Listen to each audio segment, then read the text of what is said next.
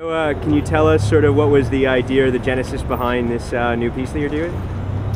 Well, my show at Deitch is called Mayday, and so I incorporated a bit of that theme, some of the work that's in the show, but I'm always dealing with my concerns of what's going on politically, what's going on with the environment, how we're reshaping America into what we want, or how other forces are shaping it into something we don't want. And yeah, just making work that reacts to what's going on around me, and trying to make it look visually arresting enough to cut through all the noise out there, the amazing advertising that might dazzle you. I gotta get past that. I think my hope is that that when art's free, it's accessible, it's populous, but that somebody walking down the street might actually pause and I think it's very easy and take a look and contemplate it. I think it's very easy to become numb to your surroundings just through monotony, repetition. So making something that that maybe is a nice departure from what you usually encounter, I think is a great thing about street art, mine and a lot of other people's as well. Just enriches the landscape, I think. The fact that we're in Soho, New York, is that any impetus in where you wanted to do this one in New York as opposed to another city? Well, New York's the best city on the planet for street art.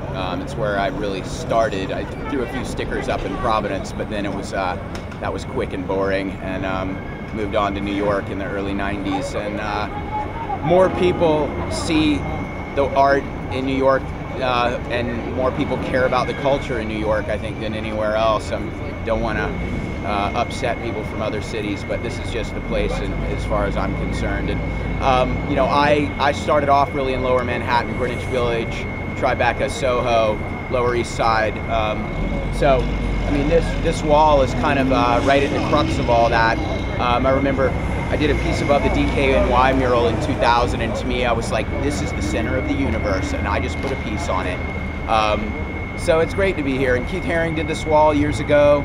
There's an Os Gemeos piece that's still preserved underneath my piece, and yeah, it's a really great location. A lot of people see it.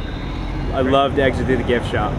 Thanks. Exit Through the Gift Shop is really it's very brilliant. It both celebrates the authenticity and the pretense, and how they inconveniently intertwine in the art world and the street art world. And it's a shrewd picture, and I think Banksy was really smart in the way he turned the tables, because Mr. Brainwash had his footage, and he needed to get it back, so he made the movie about Mr. Brainwash and exposed sort of the tour de farce in the process.